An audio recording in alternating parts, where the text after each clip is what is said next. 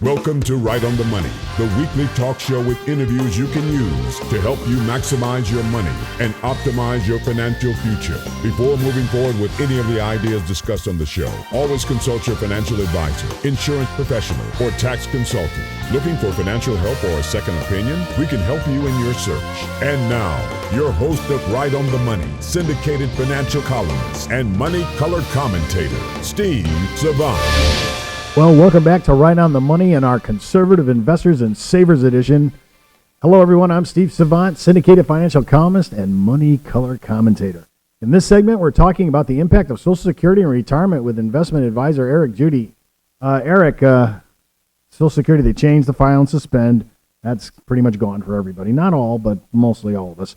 The restrictive endorsement, unless you were 62 at the end of 2015, pretty much can't do that either. Right. So, they told us they weren't going to touch this stuff, but I guess they did. I remember back in the day, early on, just before Reagan came in, and they changed some more things. They're never going to tax Social Security.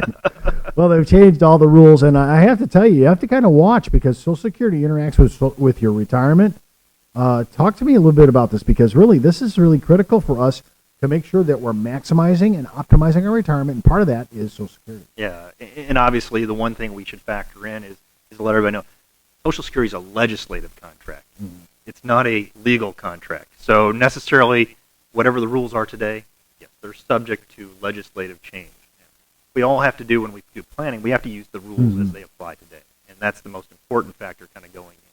So taking advantage and maximizing what's available for our retirees is really key because, in all honesty, Social Security is truly one of the most efficient and optimized annuity platforms out there right now for retirees. So I have to say, I've written a couple of articles on this all this month in January, talking about baby boomers holding off till age 70. If there's any way, I know sometimes you just can't, you just need the money. I agree with that.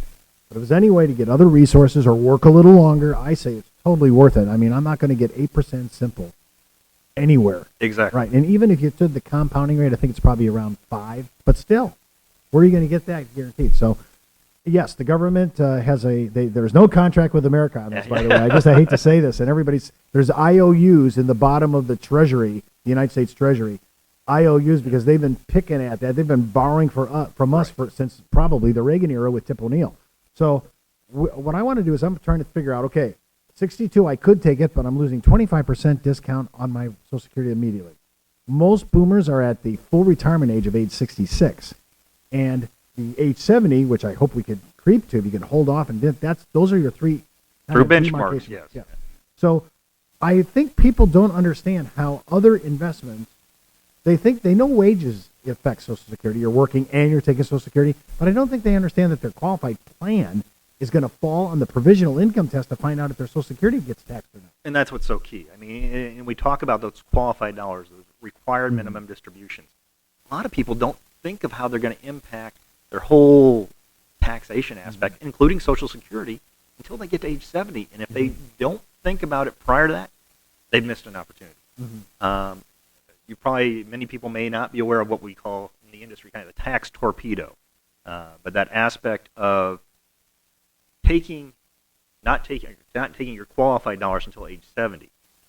And then at that point in time, because you're forced to take so much out, you're then going to pay taxes on Social Security. And so you're missed kind of an opportunity probably. Many people, and there's a psychological aspect of Social Security, why people take it earlier.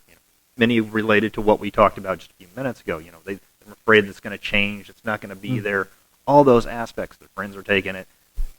Those things make people file earlier, but then by the time they get to the point where they're 70, if they've already taken those dollars, they don't really have a chance to go back and undo like they used to. And that's another change that's been made. Now you have a 1-year kind of look back where if you file, you can go back for that in that first year and kind of hit the undo button and let those roll-ups continue. But a lot of people are not thinking through the tax savings or the tax element of what they're going to have happen to them once they turn 70 and they have to start taking those required minimum distributions. Well, I was just thinking of talking to a client the other day where he said, Steve, I did pretty good last year. I said, well, you're one of the few because 2015 was a tough year for many investors.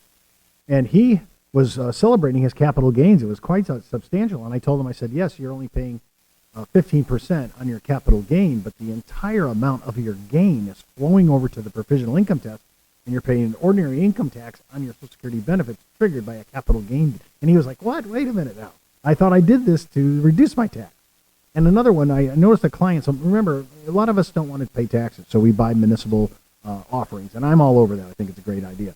But remember, all the municipal on income flows over to Social Security too, Right. and that's counted as well. So when we're talking about taking our qualified plan out and our Social Security on top of it, we have to figure out, is there a strategy? And that leads me to my question on Social Security, Eric.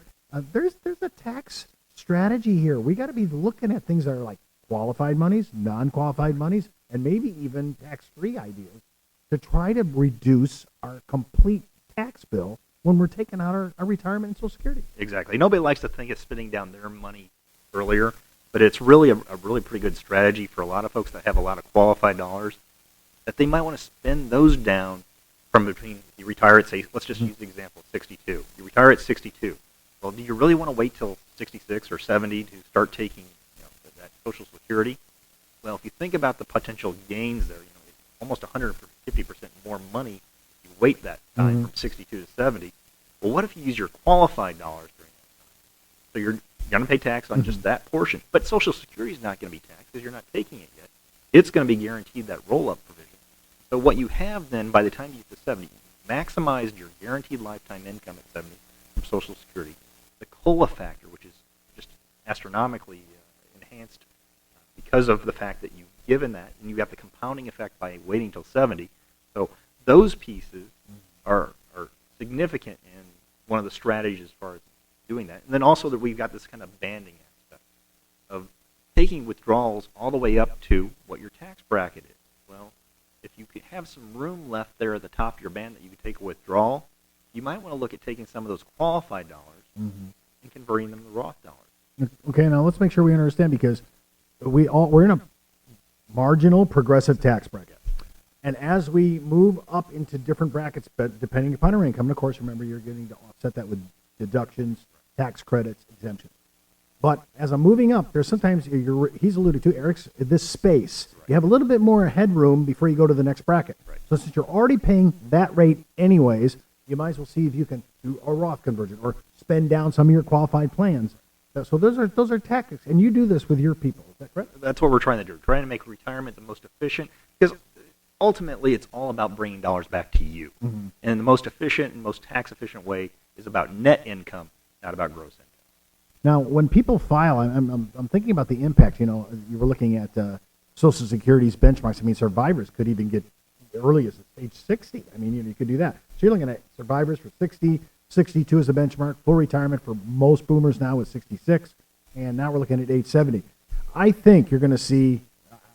You heard it here first. I think they may have to start moving these timelines down future because of the longevity issue. Yeah, I expect that to happen. Now, I just want to add one other thing before we get out of here. Some of the mitigation, I can mitigate some of my RMDs by this new QLAC, Qualified Longevity Annuity Contract, which allows me to bump, not all, but some of my RMDs into the future. Yeah, and I think that's a huge strategy for longevity. So your Qualified Longevity Annuity Contract, take a portion of your qualified dollars, kick them out there in case you do live to age 95 or 100. Toss them out there to age 85. I'm not saying throwing them all the way out there, but toss them out to age 85, and the leverage that you can get in the dollars in return on investment is huge if in case you do have that long. And that's really what you are. You're hedging against that life expectancy. And you're able to do it and be much more tax efficient because you're taking qualified dollars that you don't have to then pull out at age 70. You're able to defer those. Okay, so if I remember the rules of engagement here, we're talking about 25% of your qualified plan not to exceed $125,000 overall. And that can be for a married couple $250,000, right? I mean, total, that you can defer past 70. So if you're looking to reduce your RMDs at age 70 using a qualified longevity annuity contract, I can't believe the government actually came up with this. And inside that, they use what is now known, we know now the last 2 years, but before that, nobody ever heard of this thing called a deferred income annuity. So you're using a deferred income annuity in a qualified longevity annuity contract that can push your RMDs out of the future. So managing Social Security, managing your RMDs, in concert, you could lower your tax bill. Oh, yeah. And keep more of your money. Exactly. And that goes back to kind of what we talked about earlier when we talked about laddering. Ladder QLAC as well. There's no reason you can't set multiple pieces out there over a period of time. Okay, so if I said I don't want to put it in one contract, I could start some of my QLAC at 70, 75, and then 80. Wow. But remember, if you're listening to our show on radio, iTunes, or a podcast, you can view the video version right on rightonthemoneyshow.com and request information from this segment. In our fourth segment, we'll be talking about fixed annuity rider myths with Eric Judy. We'll be For right more back. information on this week's money topics, just go to our website at www.rightonthemoneyshow.com and follow Steve's daily postings on Facebook, Twitter, and LinkedIn.